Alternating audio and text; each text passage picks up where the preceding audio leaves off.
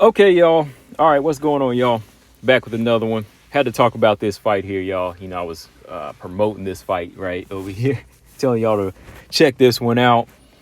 But yeah, LFA 211, the main event, this bantamweight title fight between Bia Mesquita and Sierra Dinwoodie.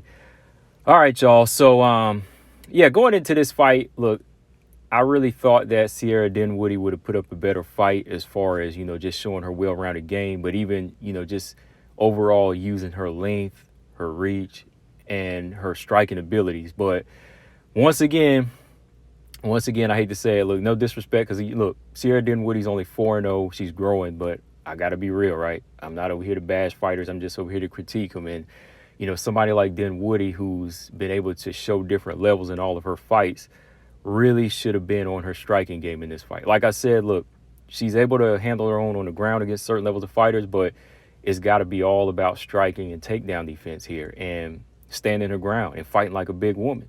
And that's what I always say. Look, these big fighters, man, they can't be big for nothing. They just can't be big for nothing. They really got to use their size and their strength in there. And that's one of the things that Dinwoodie really just lacked, man. Like Dinwoodie right off top just showed a lot of like timidness against Bia Mesquita's pressure. And Bia Mesquita wasn't really putting on a lot of pressure. Like Bia wasn't really putting on like a lot of striking pressure like you've seen some fighters do, like Misha Tate or even like Juliana Pena, those type of pressure grapplers that strike their way in, like Aaron Blanchfield. Like Bia was actually kind of taking her time. And that should have been the moment for, Dinwoodie to start earning that respect, behind, guess what? The long jab. You know what I mean? That long jab and some good long front kicks to the face. That's what I wanted to see. I wanted to see more of like a Muay Thai stance, and also, just that MMA striking like Joanna kind of does, how she was able to transition from, the Thai clinch, the Thai position to, just some basic MMA striking where she's light on her feet. She's able to use lateral movement, but I wasn't really seeing any of that. It was just a lot of like timidness, even in the first round, like right off top.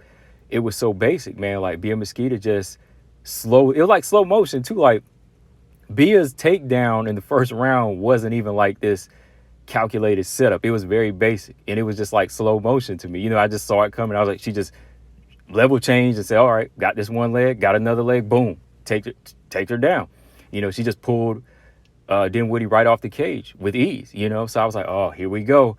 In a minute, Bia Mesquita gets you down, man. She's very similar to Jacqueline Amorim to me. Like, I would consider her like the bantamweight Jacqueline Amorim, very solid on the ground. You know what I mean? Like, their strategy is still questionable on the feet as far as their stand-up game and even their wrestling. But once they're able to get their opponents down, they're dangerous.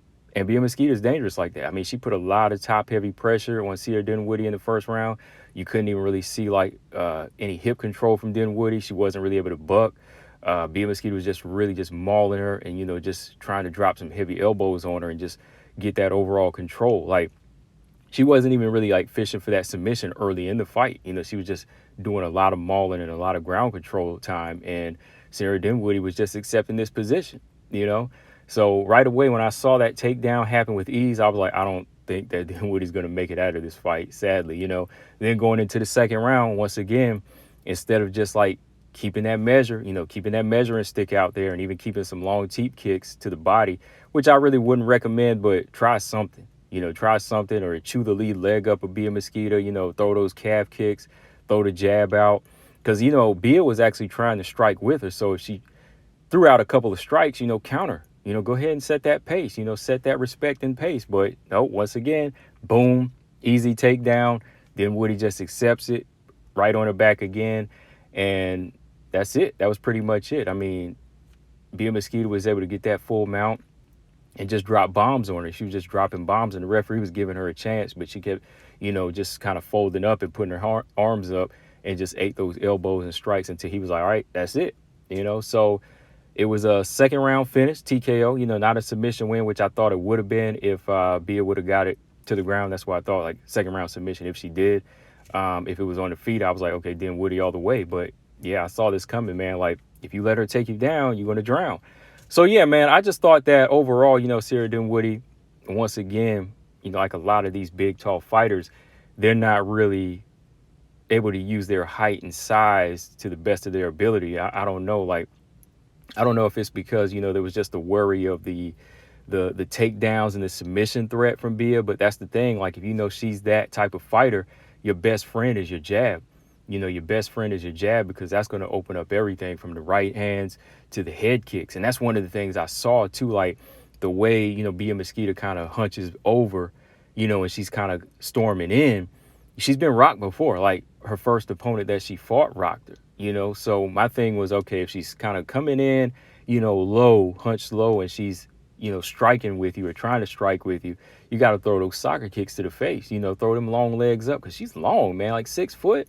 She could have threw one of them things up, caught Bia Mesquita right in the chin, And that's the thing, like, take that chance. Like, if she's going to be coming after you anyway and you might get taken now, you accept it, just go ahead and throw out a front kick and see where it goes from there, Just like how Michael Chandler did to, what's his name, Ferguson, right?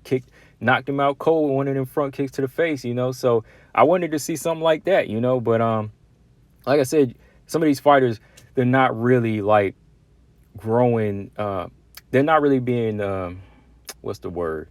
They're not being trained to use their bodies and frames the way they should. They're not really being trained to use that length, and there's really no strategy built behind their length either, from what I'm seeing. Now, again, I got to go back to the best example. Like I said, like Dakota Ditcheva. You know what I mean? Like, I'm always, talking about the resume as far as, okay, I have to still, like, see what she's able to do. But when it comes down to a fighter that is using their size and using their power, and they are standing their ground with who they are as far as, just being that type of heavy hitting striker, that's Dakota. That's Dakota all the way. She's long, she's ranging, she's putting that big foot in your chest, in your face, you know what I mean? So she's got that type of power, and she knows it. So she's, like, doing everything she can to stay on her feet. So my thing is, like, if you got this type of length and this type of width, this type of length and this type of reach, you need to be in there with a strategy to keep yourself on the feet at all times, and you're that big, use it, ragdoll these girls. People always try to say, oh, Manone's too big for her division. No, like, she's making the weight, and she's strong, and she's using her size. Whenever those girls will clinch up with her, I know Valentina, that's a different fight, but everybody else she's fought, she's been able to, like, ragdoll them and use her strength. So the same thing here, if you that big, you got to be strength based. You got to be in there showing, okay, I'm this tall, I'm this long, I'm going to use every bit of this size. So yeah, I just think Sierra Dinwoodie just has to come back with that type of strategy, fight tall. Don't be big for nothing. You got to go in there and you got to own these girls with that size. You got to make them scared. Like, that was the thing with Megan Anderson. She was huge, right? And she had power in the right hand. But once you get them down, it's like, that's it. No, you got to be able to plant those feet, ragdoll them, throw them off you, or lean on them until, lean on them with the sprawl and just start firing off, So I know it's easier said than done, but I'm just saying, like, when a girl's that big, they really have to be able to train to exploit those strengths that they have. Bia Mesquita, on the other hand, hey, shout out to her. I think, she did a good job with what she was doing in there. She's always going for the kill, so I think that's what makes her exciting.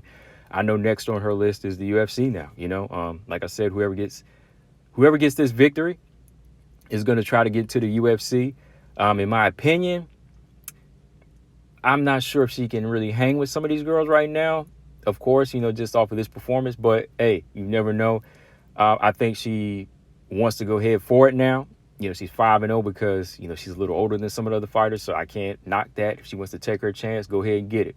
Every little bit of bantamweights we get right now, I can't say, it's a bad thing. She's got a big, long record as far as her jiu-jitsu. It's a long resume. She's known as a legend. She's made this transition, in like a little over a year to MMA, and she wants to test it. So, hey, go on, girl. I mean, go do what you do. She's already in her 30s. Like I said, if she wants to try for it, go for it, right? Maybe the maturity of her, her mindset is going to help her progress a little further. But I will say this, off of this victory, I know she made a big statement by winning, but at the same time, I still say there's going to be levels to it because her opponent didn't really test her. Her opponent didn't really test her. On top of that, Bia Mesquita's striking and defense still needs to be worked on. The reason she was able to go in and land a few shots in this one is because there was really no threat of her opponent countering. you know. And once a grappler, I always say this too, look, once a grappler is able, most of the times grapplers, they'll be able to get their striking in and land some good shots because they don't have to worry about being taken down. Like sometimes a grappler can outstrike a striker because they don't have to worry about the striker taking them down. Just some of the counters, right? So, you know, that's one of the things that Bia Mesquita's got going for her. But as she's going further into the UFC, it could be like Jacqueline Amram, like I'm saying. But as long as she's starting to evolve, we'll see. You know, they'll start her off lower. But don't be surprised if you see her get signed. Don't be surprised if you see her do the Contender Series first and then get signed if she wins. Or they could just sign her. You know what I mean? So, hey, if they do, that's all right. All right, we'll go with it. We'll see how she does. But like I said, we'll talk more about this, man. Like even other videos, I gotta talk about being big for nothing. I hate to say it that way. It's just like, man, like, you know, you see Dinwoodie towering over this girl. I'm like, all right, maybe she's gonna pull a Dakota in there, and you know she's gonna be like controlling with her length, and you know tide clinches and all of that. But the takedowns just came with ease, man. Like she was taken down so easily. So Dinwoodie, look, I still one of my favorite LFA fighters. I just want to see her grow a little bit more as far as, you know, standing her ground, her strength, and just fight like a big fighter. Fight like a big fighter. I say that about all these fighters, you know, that are huge. Like, use your size. Use your size. But, guys, let me know in the comment section what y'all think if y'all saw the fight. What do y'all think of Bia Mesquita's chances in the UFC? Make sure y'all hit the like and subscribe. Combo Breaker 99. I'm out. Peace.